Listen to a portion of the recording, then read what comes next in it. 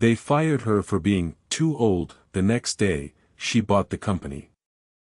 The air within the opulent, chrome-and-glass conference room of Thorne Atelier Innovations crackled with attention. Jasper Thorne, the self-assured CEO, foolishly mistook for all.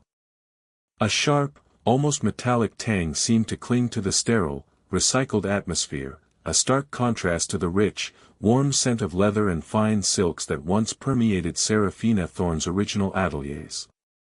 Jasper, her grandnephew, perched confidently at the head of the polished obsidian table, was in the midst of a grand pronouncement, his voice echoing with the zeal of a prophet, amplified by the precisely calibrated acoustics of the room.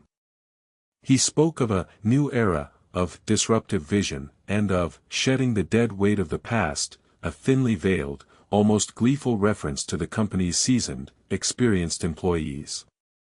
His words, delivered with a smug certainty, vibrated with an unsettling dismissiveness.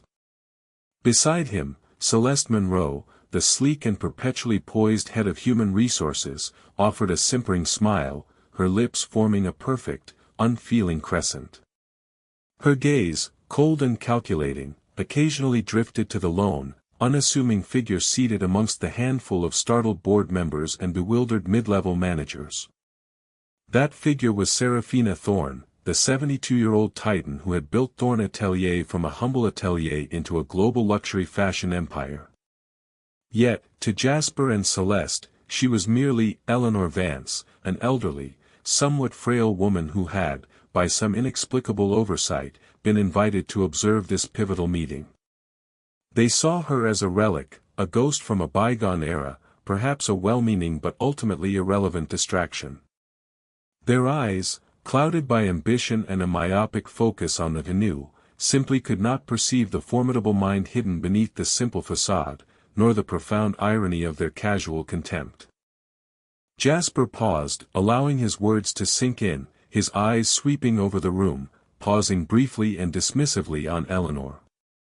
A flicker of contempt, quickly masked, crossed his features as his gaze lingered on her old-fashioned attire, her quiet demeanor.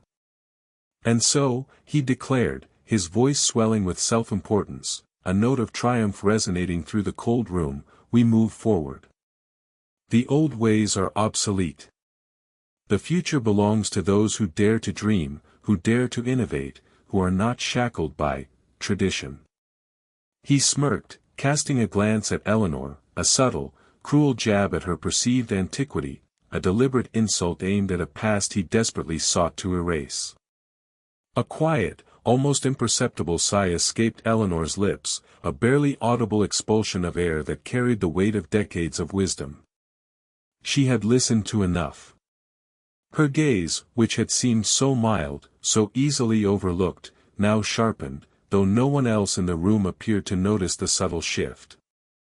A flicker of inner resolve ignited, a cold fire in the depths of ancient, intelligent eyes.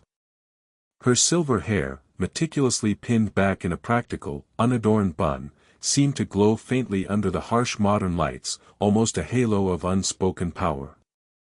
Her hands, clasped gently in her lap, were no longer tremulous, but held a stillness that spoke of immense, contained strength. The quiet woman had made her decision. A bold vision, indeed, Jasper, Eleanor Vance said, her voice surprisingly clear, cutting through the self-congratulatory hum that had begun to rise. It was a voice that commanded attention, a voice accustomed to being heard, though it was softened by a feigned gentleness, a carefully cultivated fragility that masked its true power. Jasper, momentarily taken aback by the unexpected interruption, forced a patronizing smile. "Thank you, Eleanor.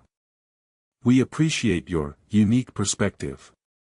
He clearly expected her to add some platitude about experience, some nostalgic reminiscence that he could then dismiss with a youthful scoff, a practiced gesture of dismissal. But Eleanor did not offer platitudes. She merely smiled, a slow, knowing smile that chilled Celeste Monroe to her core, though the HR head couldn't articulate why. A primal unease, a premonition of danger, rippled through Celeste's carefully constructed composure.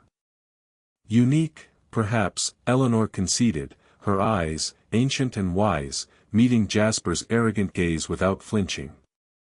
"But necessary, I believe."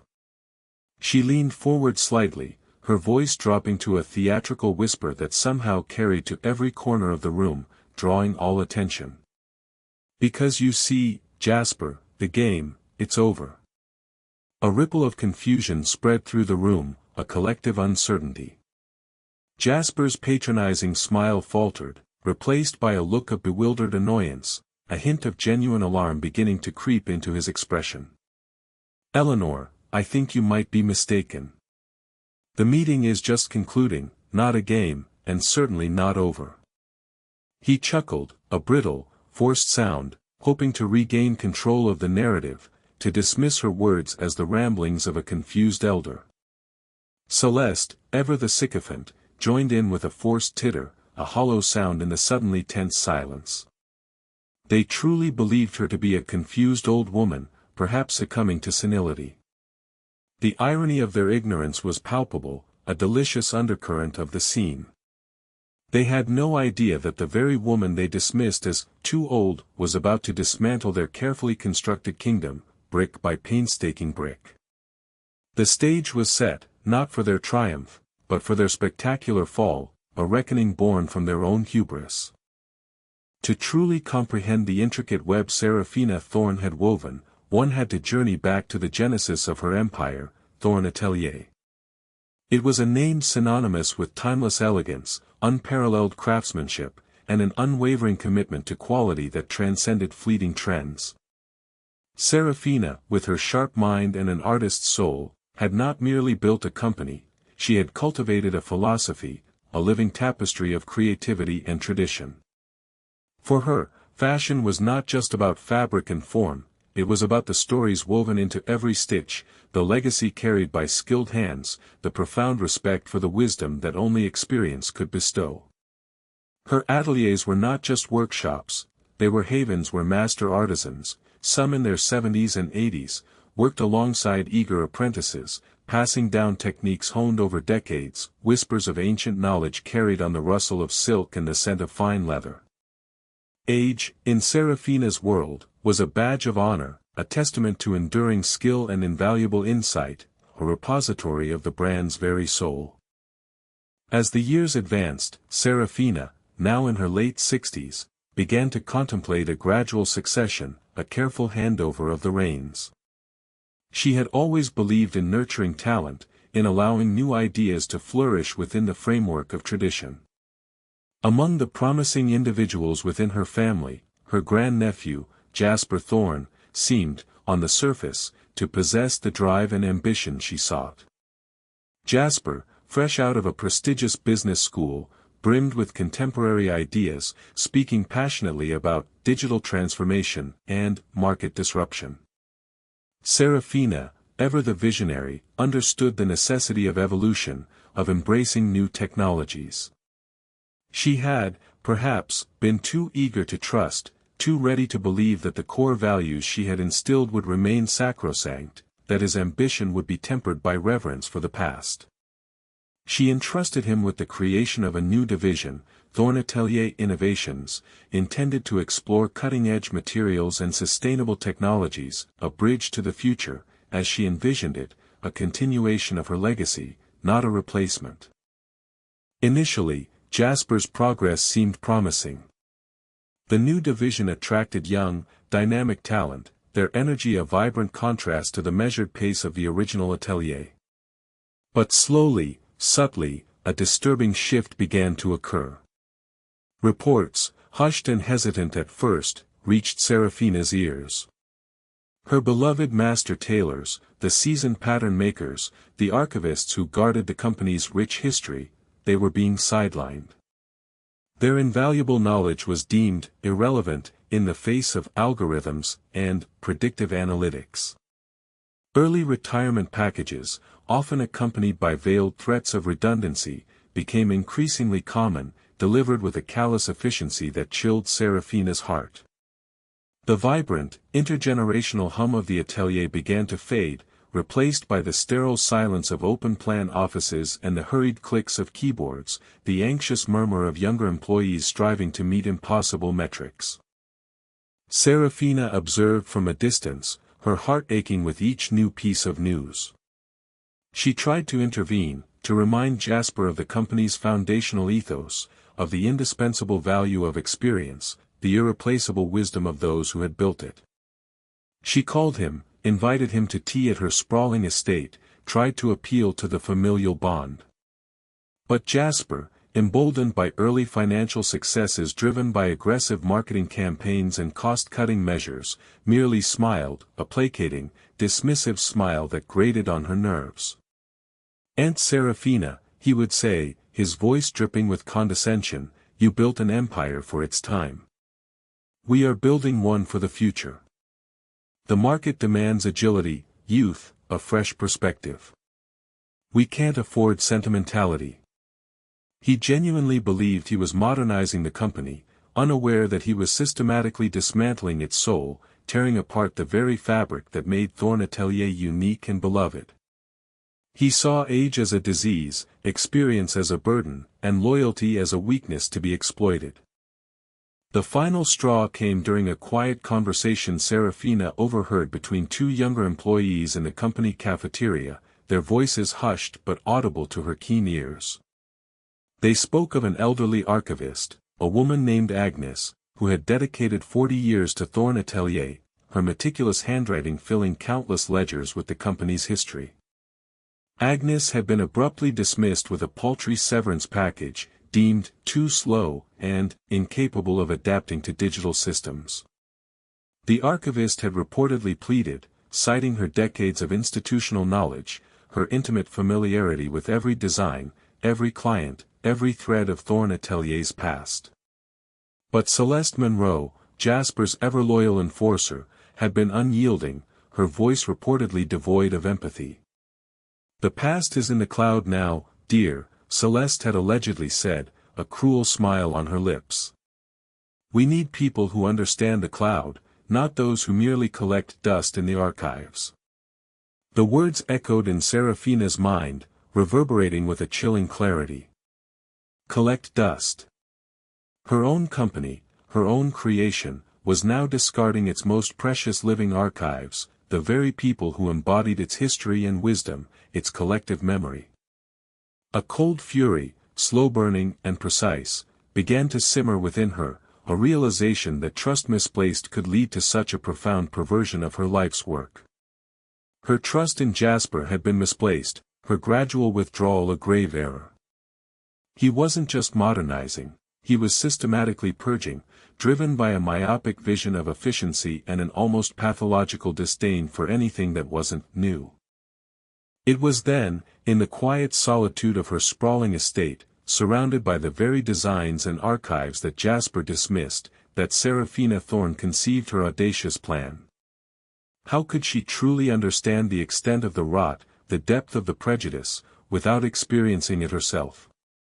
She needed to walk among them, not as the revered founder, but as one of the obsolete, one of the dead weight. She needed to become a target of the very ageism she sought to expose, to feel its sting firsthand. The transformation was meticulous, a theatrical masterpiece executed with the precision of a seasoned spy, a profound act of self-effacement for a woman who had always commanded attention. Serafina Thorn, the icon, would vanish. In her place would emerge Eleanor Vance, a 72-year-old widow with a modest pension, a lifetime of administrative experience, carefully tailored to appear unremarkable, and a resume crafted to be unassuming, almost unmemorable. Her wardrobe, usually a collection of bespoke couture, was replaced with comfortable, slightly dated garments, chosen for their anonymity rather than their elegance. Her regal posture was softened, her stride deliberately slowed, a subtle stoop introduced to her shoulders. Her hair, usually styled with an understated sophistication, was pulled back in a simple, practical bun, devoid of any adornment. Even her voice was subtly altered, made a touch softer, a whisper less commanding, a tone more hesitant. She spent weeks rehearsing, observing the mannerisms of older individuals, their challenges with new technology, their quiet resilience in a world that often overlooked them. She practiced feigning a slight tremor in her hands, a hesitant glance at a smartphone screen, a slight furrow of the brow as if grappling with a new interface. She even cultivated a fabricated backstory, a devoted husband now gone, a small house in a quiet suburb, a desire for something to keep her busy, in her twilight years, a desire for purpose that masked her true, monumental one. She chose the role of an archivist, a position that perfectly aligned with her true passion for history and preservation, yet one that Jasper's regime had deemed utterly disposable. It was a direct challenge to his innovation mantra, a deliberate act of defiance, a quiet rebellion. Her closest confidante, her longtime personal assistant, Mrs. Albright, a woman of unshakable loyalty, and her most trusted corporate lawyer, Mr. Alastair Finch, a man of impeccable discretion, were brought into the fold, sworn to absolute secrecy. They understood the gravity of her mission, the profound personal risk she was undertaking, and the immense stakes involved for the future of Thorn Atelier. Serafina was not just testing her grandnephew, she was testing the very soul of the company she had poured her life into. She knew that what she might uncover could be heartbreaking, a confirmation of the rot she suspected, but she also knew that ignorance was no longer an option. The time for observation from afar was over. It was time to step into the lion's den, disguised as a lamb, and bear witness to the truth. She needed to feel the sting of ageism, to understand the humiliation, to fuel her righteous indignation for the battle ahead, to gather the irrefutable evidence she knew would be necessary for the fight to come. The transformation from Serafina Thorn to Eleanor Vance was complete, a masterclass in calculated anonymity. Eleanor, dressed in a sensible tweed jacket and sturdy, low-heeled shoes, the fabric slightly worn at the cuffs, arrived at the gleaming, hypermodern lobby of Thorn Atelier Innovations. The building, a stark contrast to the elegant, Art Deco headquarters Serafina had always favored, felt cold, almost clinical, its vast, open spaces echoing with a strange emptiness. The young, impeccably dressed receptionist, her face lit by the glow of her tablet, barely looked up as Eleanor announced her arrival for her interview. A condescending wave of a perfectly manicured hand directed her to a waiting area furnished with minimalist, uncomfortable chairs, designed for aesthetics over comfort. The interview itself was a stark revelation, a confirmation of Serafina's deepest fears. Celeste Monroe, looking even more severe and unapproachable in person, her tailored suit a fortress of professional indifference, greeted Eleanor with a forced, brittle smile that didn't reach her eyes. Celeste's eyes, sharp and assessing, immediately swept over Eleanor's appearance, lingering on the subtle lines around her eyes, the gentle silver of her hair, the unflashy quality of her clothes. The questions were perfunctory, almost dismissive, delivered with a practiced condescension. Celeste seemed less interested in Eleanor's vast, albeit disguised, experience and more focused on her age, on what she perceived as a liability. "So, Eleanor," Celeste began, her voice dripping with thinly veiled skepticism, a subtle sneer playing at the corners of her mouth, "you're applying for an archiving position, even though our new systems are entirely cloud-based. Do you have experience with digital asset management, advanced database protocols, blockchain integration for historical records?"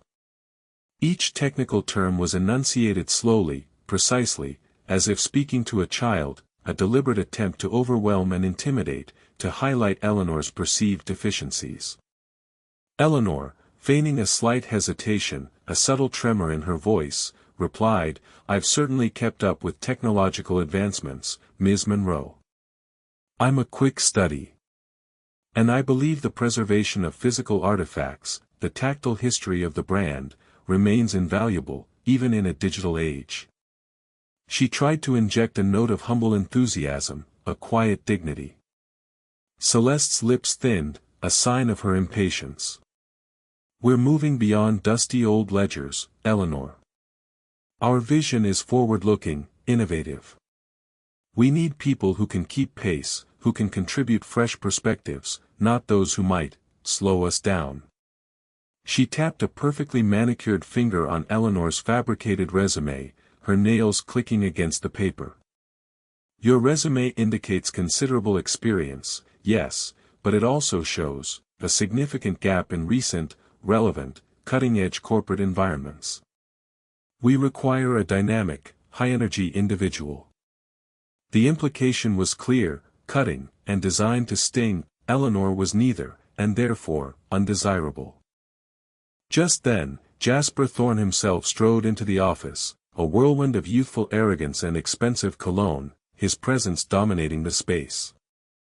He didn't even acknowledge Eleanor directly, merely nodded curtly at Celeste, his eyes already flicking to his expensive watch. "Celeste, any promising candidates for the archivist role?" he asked, a sneer barely concealed in his tone, as if the very word archivist was an affront to his modern sensibilities, a throwback he detested. Celeste, ever eager to please, gave him a conspiratorial look, her smile broadening into a fawning grin. "Only one, Jasper. Eleanor Vance.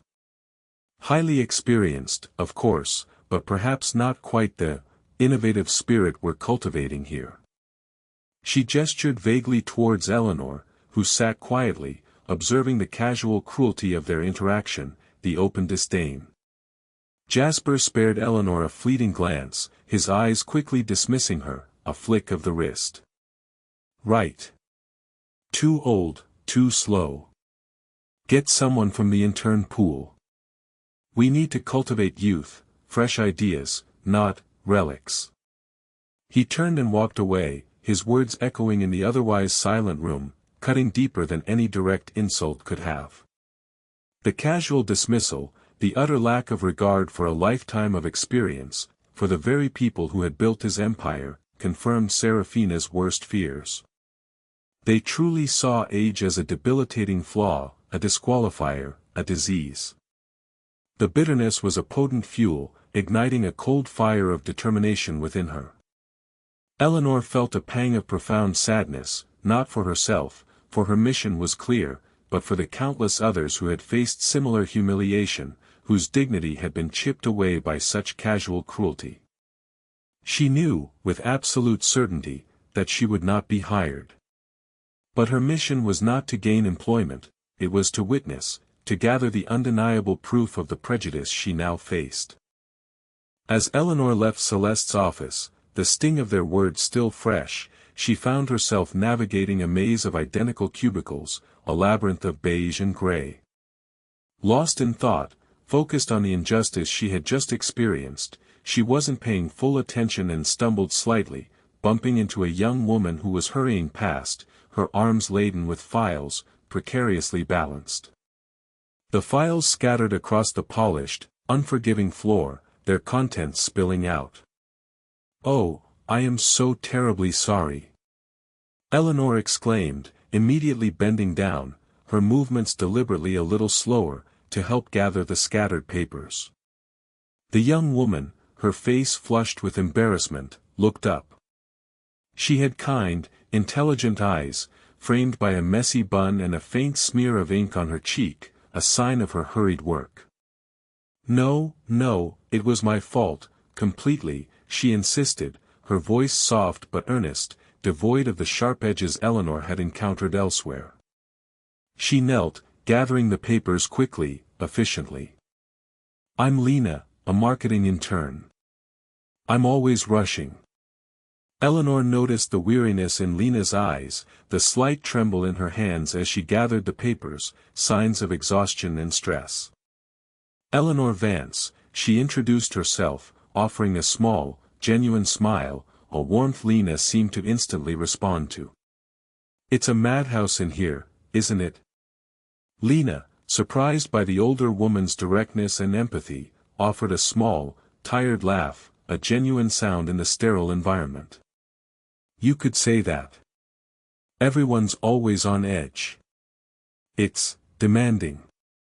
Especially for interns. They expect us to work miracles on no sleep, no budget."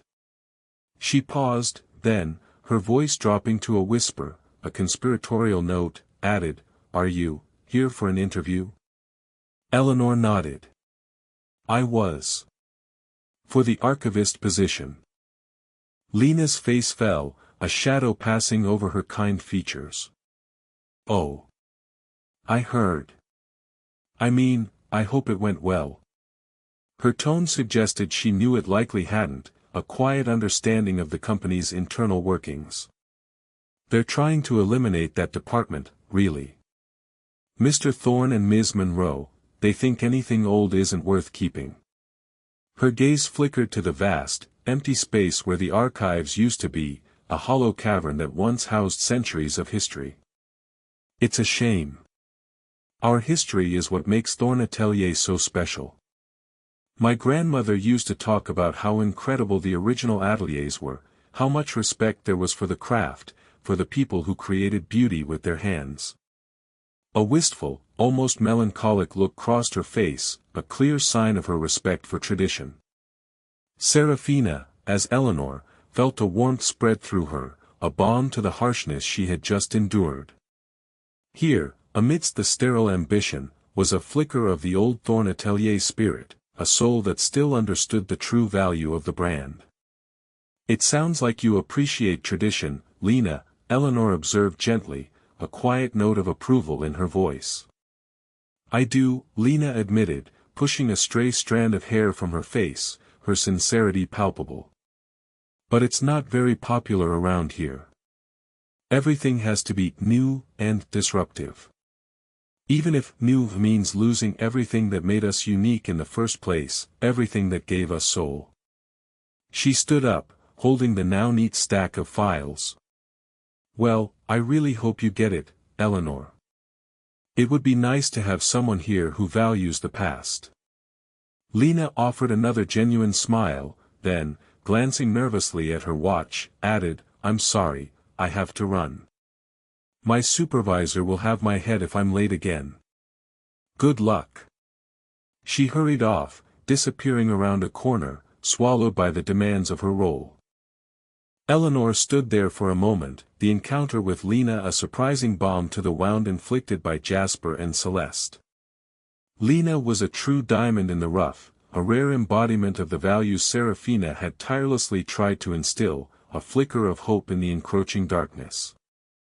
Over the next few days, Serafina continued her undercover reconnaissance, her senses sharpened by her disguise. She would frequent the coffee shop across the street from Thorne Atelier Innovations, a prime vantage point for observation. She ordered lukewarm tea, her hands subtly shaking as she lifted the cup, watching the employees stream in and out. She noticed the strained faces of young employees, perpetually on their phones, even during breaks, their conversations dominated by stress and anxiety about meeting impossible targets, about layoffs and restructuring.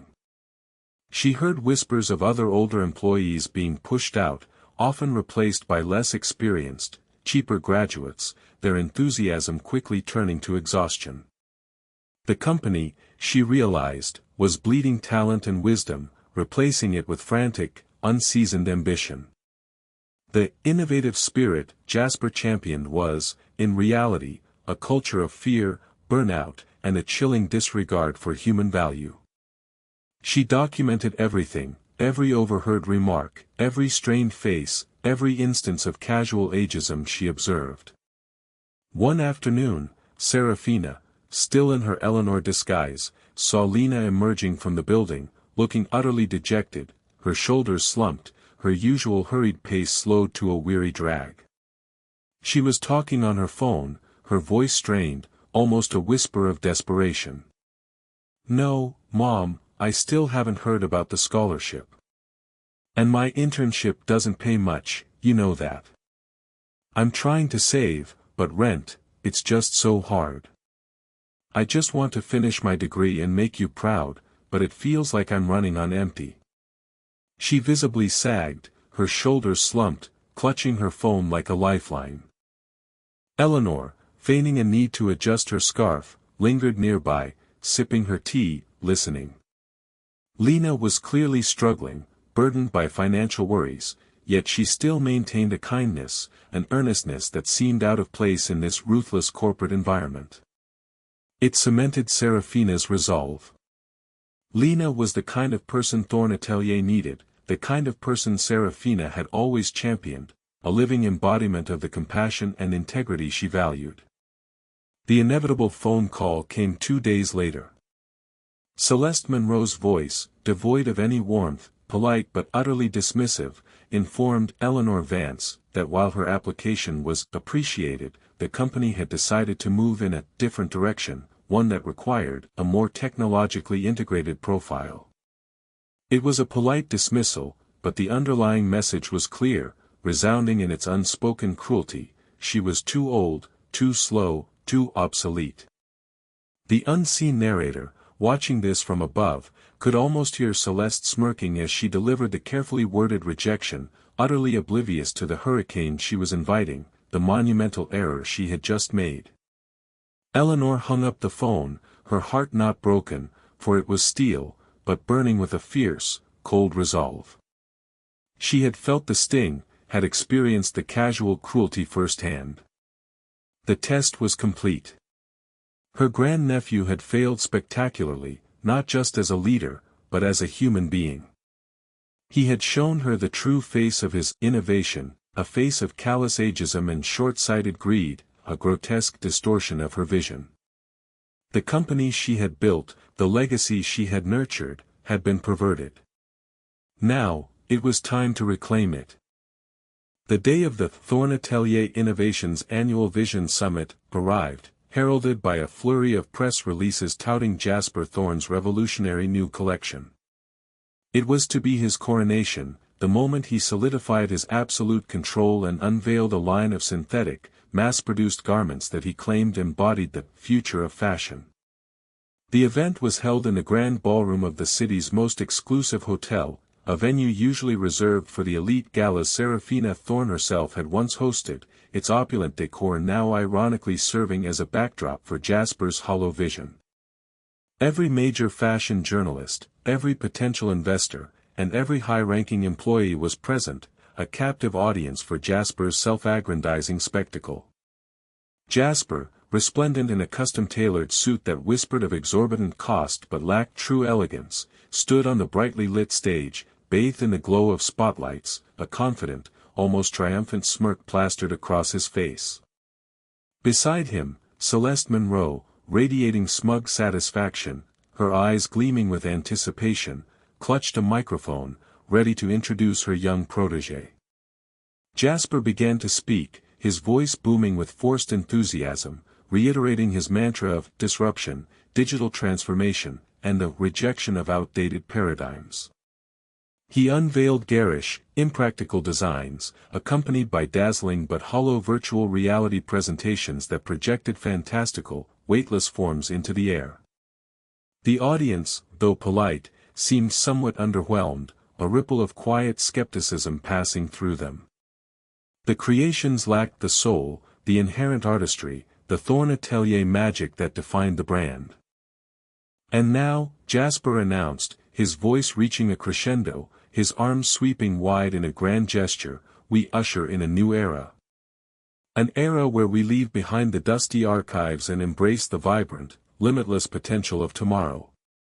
He gestured grandly towards a colossal screen displaying the new, futuristic Thorne Atelier Innovations logo, a stark, metallic design devoid of warmth or history. Just as a ripple of polite applause began to swell, a commotion erupted at the back of the ballroom. The heavy, ornate doors, usually guarded by hotel staff, swung open with a resounding thud that echoed through the vast space. All eyes snapped towards the entrance, drawn by the unexpected disruption. Standing there, framed by two stern-faced men in impeccable suits, one Serafina's longtime corporate lawyer, Mr. Alastair Finch, his expression unreadable, the other a formidable security detail, was a woman. She was no longer Eleanor Vance. Her silver hair, now meticulously swept back into an elegant chignon, gleamed under the chandeliers, revealing a face of striking, aristocratic beauty, refined by age and wisdom. Her posture was regal, effortlessly commanding, her gaze piercing, unwavering, radiating an undeniable power. She wore a bespoke gown of the deepest sapphire velvet, a garment that exuded quiet power and timeless luxury, a stark, deliberate contrast to the synthetic fabrics Jasper championed. Diamonds, subtle yet undeniably real, glittered at her throat and wrists, catching the light with understated brilliance. It was Seraphina Thorne. A collective gasp swept through the room, followed by a stunned, almost reverent silence. Jasper's triumphant smile vanished, replaced by a look of utter, dumbfounded disbelief, his mouth hanging slightly open. Celeste Munro's face, usually so composed, so perfectly controlled, paled dramatically, her jaw slack, her eyes wide with a dawning horror. Seraphina Thorne, the legendary founder, strode purposefully down the central aisle, her stride confident and unhurried, each step measured and deliberate. The room seemed to part before her, a wave of stunned silence preceding her. Her eyes, cool and assessing, swept over the stunned faces, lingering on the journalists, then landing squarely on Jasper, then on Celeste, a silent judgment in their depths. Jasper, recovering slightly, though his voice trembled, stammered, Aunt Seraphina. What are you doing here? You weren't expected." His voice was a thin, reedy squeak, devoid of its earlier bravado, laced with a desperate panic. Seraphina reached the stage, stopping just a few feet from Jasper, her presence instantly dwarfing his. She took the microphone from Celeste's trembling hand, her touch firm, decisive.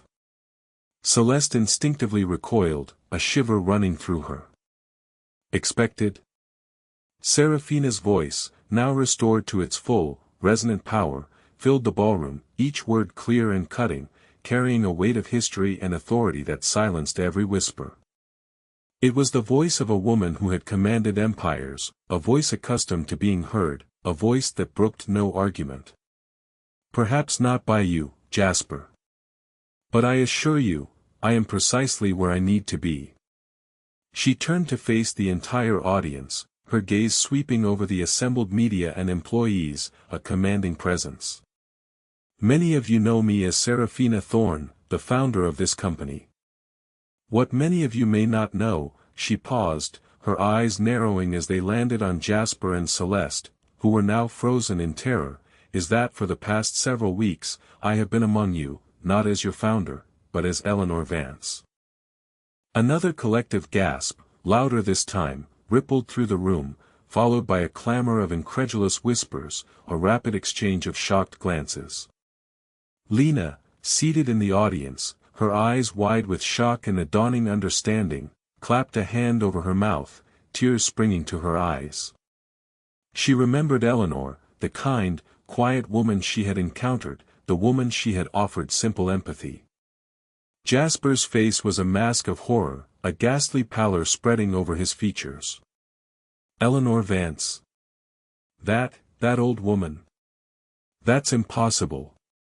He sputtered, his carefully constructed composure crumbling before everyone's eyes, his carefully built facade shattering. "Impossible, Jasper." Seraphina's tone was laced with a chilling irony, a cutting disdain. "Or merely inconvenient. You see, Eleanor Vance applied for an archivist position within Thorne Atelier Innovations. She met with Ms. Munro here." Seraphina gestured to a trembling Celeste, who seemed on the verge of collapse, and was summarily dismissed. "Deemed too slow, outdated, and yes, Jasper, too old. Your very words, if I recall correctly, a casual cruelty that spoke volumes." She held up a small, elegant dictaphone, its sleek surface glinting under the lights. "I believe this recording, Mr. Finch, contains Ms. Munro's explicit rejection, and Mr. Thorne's subsequent confirmation of my unsuitability due to my perceived age." Mr. Finch stepped forward, his face impassive, taking the device and producing official documents, their rustle loud in the silence. Celeste let out a small, terrified whimper, a sound of utter defeat. Jasper stumbled back, his face ashen, suddenly understanding the depth of the trap he had walked into, the precise, meticulous nature of her plan. The blood drained from his face as the full realization hit him. You have systematically dismantled the very foundation of Thorn Atelier, Serafina continued, her voice gaining momentum, a righteous fury simmering beneath her calm exterior, transforming her into a force of nature. You have purged our most experienced artisans, discarded institutional knowledge, and replaced the soul of craftsmanship with a hollow pursuit of innovation that redefines mediocrity. You have built an empire of plastic and algorithms, devoid of the very human touch that made Thorn Atelier legendary, replacing timeless elegance with cheap, fleeting trends. She turned back to Jasper, her gaze unwavering, utterly devastating, stripping him bare. You fired Eleanor Vance for being too old. You believed her to be a relic, a burden, a reminder of a past you wished to erase, a past you disdained. Her voice dropped, becoming a low, powerful growl, filled with a controlled intensity. But what you failed to understand, Jasper, is that Eleanor Vance was not merely an applicant. She was the ghost of my company's conscience, a living testament to the values you discarded. And when you dismissed her, when you humiliated her, you dismissed and humiliated me, the very woman who built everything you now stand upon, the very legacy you squandered. A profound silence descended, broken only by the rapid clicks of cameras, the whir of video recorders capturing every moment. Serafina Thorn, the founder, the Phoenix, stood tall and formidable, her presence filling the room. So, Jasper, she concluded, her voice ringing with finality, absolute and unyielding, you may have fired Eleanor Vance yesterday. But today, I, Serafina Thorn, am not just reclaiming my company. I am buying it back. And I assure you, the future of Thorn Atelier will be very, very different from the hollow vision you just presented. Mr. Finch stepped forward, with a flourish, projecting legal documents onto the very colossal screen Jasper had used for his innovations, documents proving Serafina's immediate, hostile takeover, triggered by specific clauses Jasper, in his arrogance, had conveniently overlooked or undervalued, dismissing them as archaic formalities. The mic drop moment was complete, absolute, and devastating. The aftermath of Serafina Thorn's bombshell announcement was nothing short of a corporate earthquake. The grand ballroom, once a stage for Jasper's self-congratulation, transformed into a scene of utter chaos. Journalists scrambled, flashbulbs popped, and the murmurs of disbelief quickly escalated into a frenzied buzz, a cacophony of speculation and excitement. Jasper Thorn, his face mottled with a mixture of rage and terror, lunged forward. This is an outrage. You can't do this, Aunt Serafina. I'm the CEO. I have control. His voice was a raw, desperate howl. Alistair Finch, Serafina's lawyer, stepped in smoothly, a man whose calm demeanor belied a steel will and decades of legal prowess. On the contrary, Mr. Thorn. As per Article 7, Section 3B of the company charter, a clause you yourself ratified as a formality when you assumed control, the original founder retains a singular veto and reclaim right in cases of demonstrable gross mismanagement, significant deviation from core brand values, and proven discriminatory practices. Your actions, including the systematic dismissal of experienced personnel on the basis of age, and your documented financial maneuvers which have put the company at considerable risk, have irrevocably triggered this clause. Your shares, Mr. Thorn, and those of your immediate associates involved in these practices, are now null and void. The company has been effectively reacquired, legally and unequivocally. Jasper's jaw dropped, a look of complete stupefaction on his face. He looked at Celeste Monroe, who had visibly shrunk, her impeccably coiffed hair seeming to deflate with her posture, her eyes wide with fear. She looked as though she might vomit, her carefully constructed composure shattered. Celeste. You assured me. You said she had no power. You said these clauses were merely ancient relics. Celeste, her voice a pathetic whisper, could only stammer, the clause was, theoretical. A formality. No one ever thought, she'd actually invoke it. Her eyes darted around the room, desperately seeking an escape, a way to disappear from the public humiliation.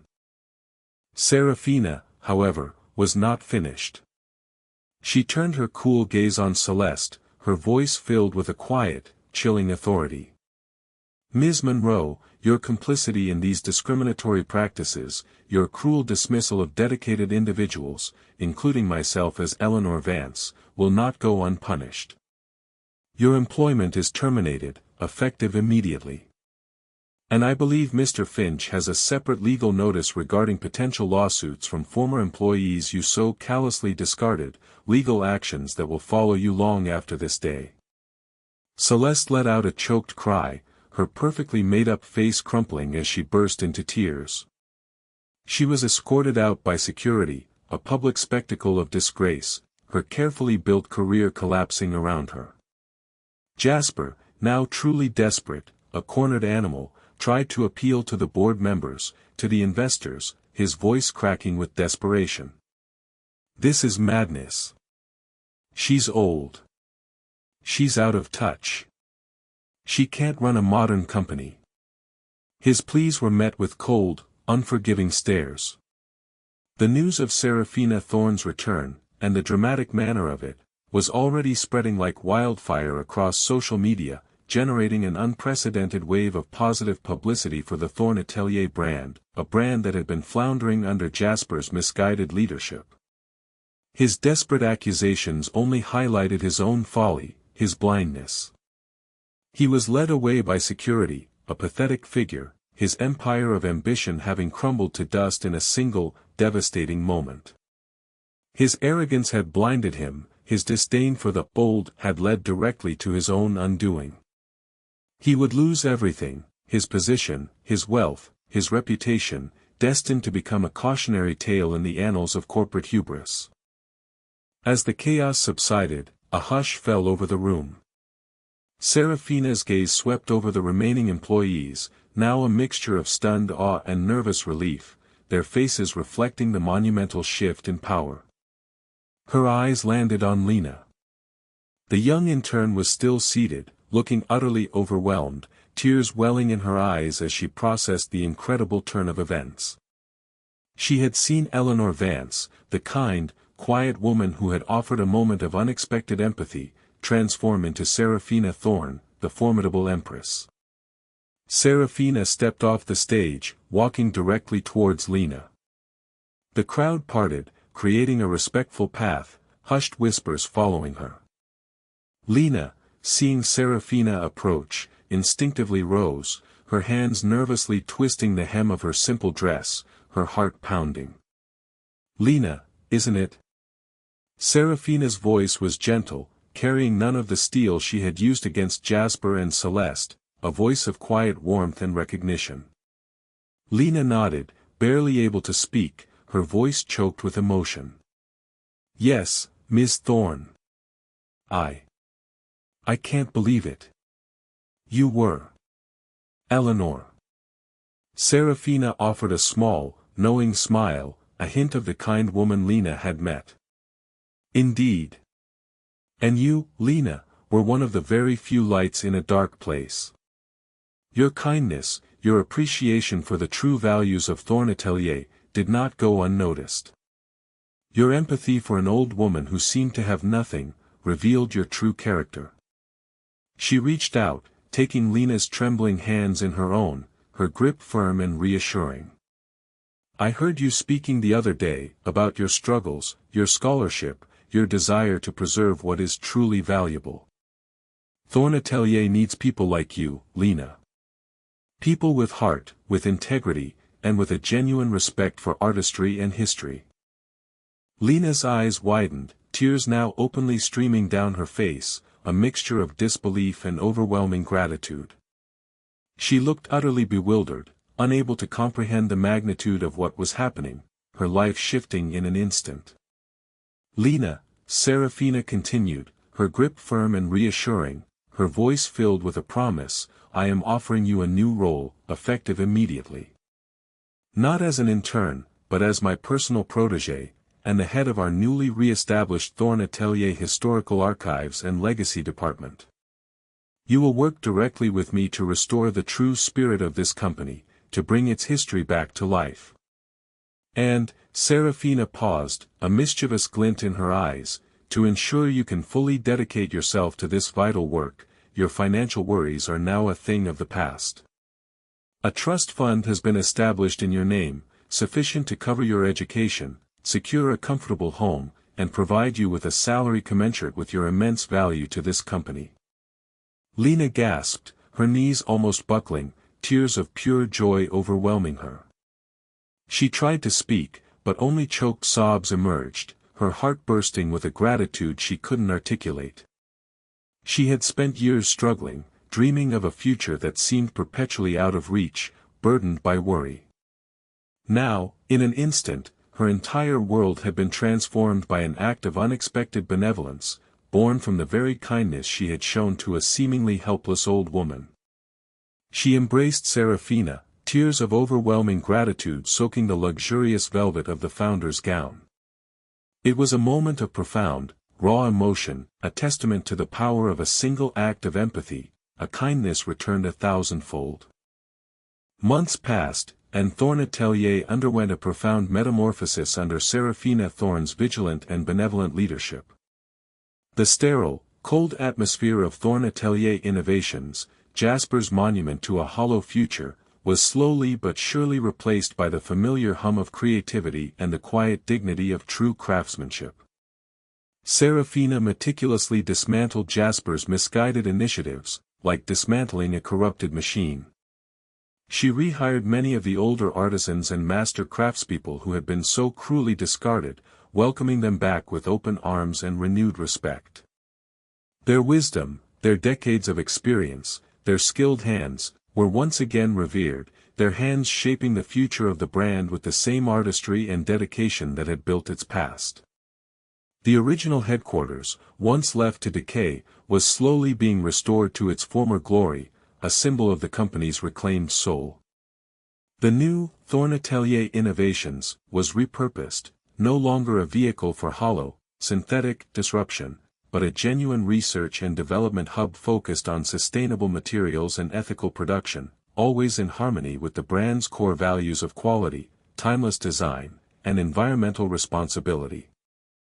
The company's focus shifted from aggressive expansion and short-term profits to long-term sustainability, ethical practices, and a renewed emphasis on the human element of luxury, on the stories and the people behind every exquisite piece. Lena, once a struggling intern, flourished in her new role. Under Serafina's direct mentorship, she blossomed into a confident, knowledgeable leader, her kindness now matched by her growing authority. The Thorn Atelier Historical Archives, now meticulously curated and digitally preserved with an emphasis on accessibility and storytelling, became a vibrant heart of the company, a constant reminder of its rich legacy, a bridge between its glorious past and its hopeful future. Lena ensured that the stories of the artisans, the history of each collection, and the foundational philosophy of Serafina Thorn were not just preserved, but celebrated, shared, and deeply integrated into the company's new narrative. She became a living bridge between the revered past and the hopeful future, embodying the very balance Serafina sought to restore. Her financial security allowed her to pursue her education with renewed vigor, her mind free from the crushing weight of worry, allowing her innate intelligence to shine. She was living proof that kindness, no matter how small, could pave the way for extraordinary blessings. Serafina Thorn, observing the renewed vibrancy of her beloved company, the restored morale of her employees, and the bright, hopeful future of Lena, felt a profound sense of peace. She had not only reclaimed her company but had purged the insidious prejudice and greed that had taken root within it. She had taught a harsh but necessary lesson, not just to Jasper and Celeste, but to anyone who believed that value diminished with age or that empathy was a weakness.